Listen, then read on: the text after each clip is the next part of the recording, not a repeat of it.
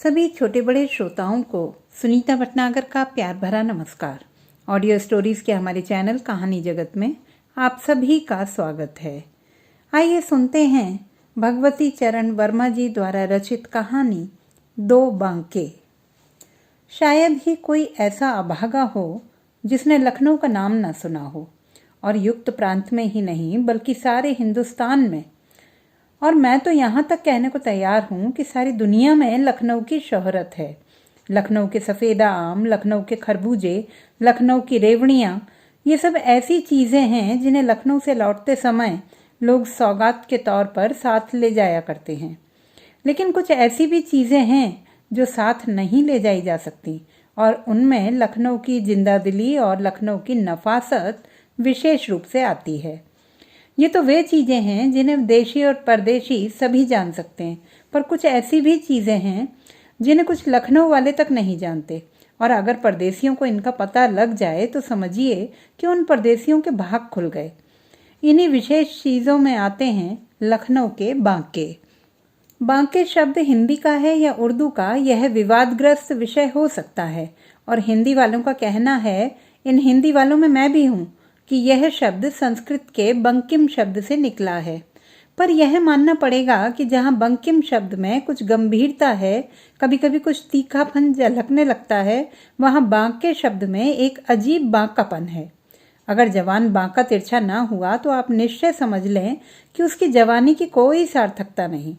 अगर चितवन बांकी नहीं तो आँख का फोड़ लेना अच्छा है। बांकी अदा और बांकी झांकी के बिना जिंदगी सूनी हो जाए। मेरे ख्याल से अगर दुनिया से बांका शब्द उठ जाए तो कुछ दिल चले लोग खुदकुशी करने पर आमादा हो जाएंगे, और इसीलिए मैं तो यहाँ तक कहूँगा कि लखनऊ बांका शहर है, और इस बांके शहर में कुछ बांके रहते हैं जिनमें गजब का बांकपन है। यहाँ पर आप लोग शायद झल्लाकर यह पूछेंगे, मियाँ ये बांके है क्या भला, कहते क्यों नहीं? और मैं उत्तर दूंगा कि आप में सब्र नहीं। अगर उन बांकों की एक बांक की भूमिका नहीं हुई तो फिर कहानी किस तरह बांकी हो सकती है। हाँ, तो लखनऊ में रईस हैं, तवायफे हैं, और इन दोनों के साथ शोहदे भी हैं। बकौल लखनऊ वालों के ये शोहदे ऐसे वैसे नहीं हैं, ये लखनऊ की नाक हैं। लखनऊ की सारी बहादुरी के ये ठेकेदार हैं, और ये जान ले लेने और दे देने पर आमादा रहते हैं। अगर लखनऊ से ये शोहदे हटा दिए जाएं तो लोगों का यह कहना कि अजी लखनऊ तो जनानों का शहर है, 16 आना सच्चा उतर जाए। जनाब, इन्हीं शोहदों के सरगनों को लखनऊ वाले बांके कहते हैं। शाम के वक्त तहमत पहने हुए और कसरती बदन पर जालीदार बनियान पहनकर उसके ऊपर बूटेदार चिकन का कुर्ता डाटे हुए जब ये निकलते हैं तो लोग बाग बड़ी हसरत की निगाहों से इन्हें देखते हैं। उस वक्त इनके पट्टेदार बालों में करीब आधा पाव चमेली का तेल पड़ा रहता है, कान में इत्र की अनगिनती फुरहरियाँ खुसी रहती हैं, और एक बेले का गजरा गले में और एक हाथ की कलाई पर रहता है। फिर ये अकेले भी नहीं निकलते, इनके साथ शागिर्द शोहदों का जुलूस रहता है, एक से एक बोलियां लगाते हुए, फब्तियां कसते हुए और शोखियां हाँकते हुए। उन्हें देखने के लिए एक हुजूम उमड़ पड़ता है। तो उस दिन मुझे अमीनाबाद से नक्खास जाना था। पास में पैसे कम थे, इसलिए जब एक नवाब साहब ने आवाज़ दी नक्खास, तो मैं उचक कर उनके इक्के पर बैठ गया। यहाँ यह बतला देना बेजा ना होगा कि लखनऊ के इक्के वालों में 3/4 शाही खानदान के हैं, और यही उनकी बदकिस्मती है कि उनका वसी का बंद या कम कर दिया गया और उन्हें इक्का हाँकना पड़ रहा है। इक्का नक्खास की तरफ चला और मैंने मियाँ इक्के वाले से कहा, कहिए नवाब साहब, खाने पीने भर का तो पैदा कर लेते हैं। इस सवाल का पूछा जाना था कि नवाब साहब के उद्गारों के बांध का टूट पड़ना था। बड़े करुण स्वर में बोले, क्या बतलाऊं हुजूर, अपनी क्या हालत है कह नहीं सकता। खुदा जो कुछ दिखलाएगा देखूंगा। एक दिन थे जब हम लोगों के बुजुर्ग हुकूमत करते थे, ऐशो आराम की ज़िंदगी बसर करते थे, लेकिन आज हमें उन्हीं की औलाद को भूखों मरने की नौबत आ गई है। और हुजूर, अब पेशे में कुछ नहीं रह गया। पहले तो तांगे चले, जी को समझाया बुझाया, मियाँ अपनी अपनी किस्मत, मैं भी तांगा ले लूँगा, यह तो वक्त की बात है, मुझे भी फ़ायदा होगा। लेकिन क्या बतलाऊं हुजूर, हालत दिनों दिन बिगड़ती ही गई। अब देखिए मोटरों पर मोटरें चल रही हैं। भला बतलाइए हुजूर, जो सुख इक्के की सवारी में है वह भला तांगे या मोटर में मिलने का? तांगे में पालती मारकर आराम से बैठ नहीं सकते, जाते उत्तर की तरफ हैं, मुंह दक्षिण की तरफ रहता है। अजी साहब, हिंदुओं में मुर्दा उल्टे सिर ले जाया जाता है, लेकिन तांगे में तो लोग जिंदा ही उल्टे सिर चलते हैं। और जरा गौर फरमाइए, ये मोटरें शैतान की तरह चलती हैं, वह बला की धूल उड़ाती हैं कि इंसान अंधा हो जाए। मैं तो कहता हूँ कि बिना जानवर के आप चलने वाली सवारी से दूर ही रहना चाहिए, उसमें शैतान का फेर है। इक्के वाले नवाब और न जाने क्या क्या कहते, मगर वे या अली के नारे से चौंक उठे। सामने क्या देखते हैं कि एक आलम उमड़ रहा है। इक्का रकाबगंज के पुल के पास पहुंचकर रुक गया। एक अजीब समा था। रकाबगंज के पुल के दोनों तरफ करीब 15,000 की भीड़ थी, लेकिन पुल पर एक आदमी नहीं। पुल के एक किनारे करीब 25 शोहदे लाठी लिए हुए खड़े थे और दूसरे किनारे पर भी उतने ही। एक खास बात और थी कि पुल के एक सिरे पर सड़क के बीचों बीच एक चारपाई रखी थी और दूसरे सिरे पर भी सड़क के बीचों बीच दूसरी चारपाई। बीच बीच में रुक रुक कर दोनों ओर से या अली के नारे लगते थे। मैंने इक्के वाले से पूछा, क्यों मियाँ, क्या मामला है? मियाँ इक्के वाले ने एक तमाशाई से पूछकर बतलाया, हुजूर, आज 2 बांकों में लड़ाई होने वाली है। उसी लड़ाई को देखने के लिए यह भीड़ इकट्ठी है। मैंने फिर पूछा, यह क्यों?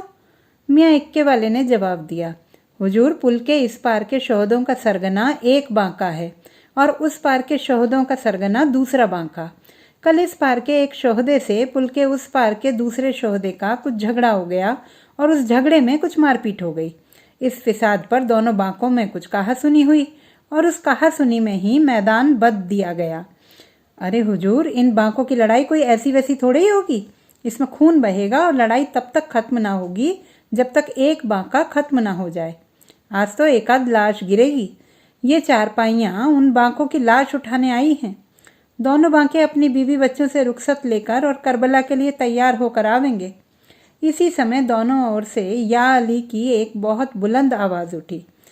मैंने देखा कि पुल के दोनों तरफ हाथ में लाठी लिए हुए दोनों बांके आ गए। तमाशाइयों में एक सख्ता सा छा गया। सब लोग चुप हो गए। पुल के इस पार वाले बांके ने कड़क कर दूसरे पार वाले बांके से कहा, उस्ताद! और दूसरे पार वाले बांके ने कड़क कर उत्तर दिया, उस्ताद! पुल के इस पार वाले बांके ने कहा, उस्ताद, आज खून हो जाएगा, खून। पुल के उस पार वाले बांके ने कहा, उस्ताद, आज लाशें गिर जाएंगी, लाशें।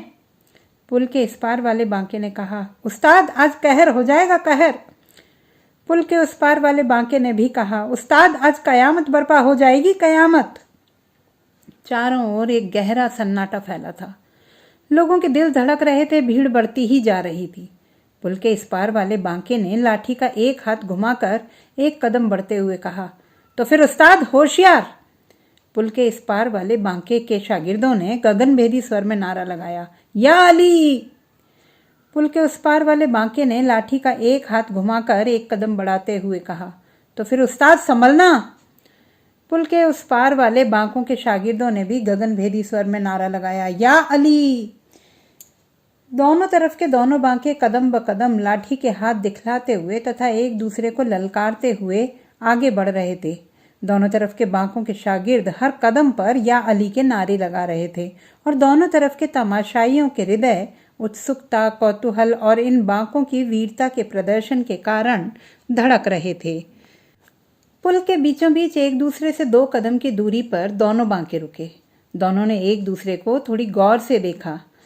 फिर दोनों बांकों की लाठियां उठी और दाहिने हाथ से बाएं हाथ में चली गईं। इस पार वाले बांके ने कहा, फिर उस्ताद। उस पार वाले बांके ने कहा, फिर उस्ताद। इस पार वाले बांके ने अपना हाथ बढ़ाया और उस पार वाले बांके ने अपना हाथ बढ़ाया और दोनों के पंजे गुंथ गए। दोनों बांकों के शागिर्दों ने नारा लगाया, या अली। बस फिर क्या था, दोनों बांके जोर लगा रहे हैं, पंजा टस से मस नहीं हो रहा है।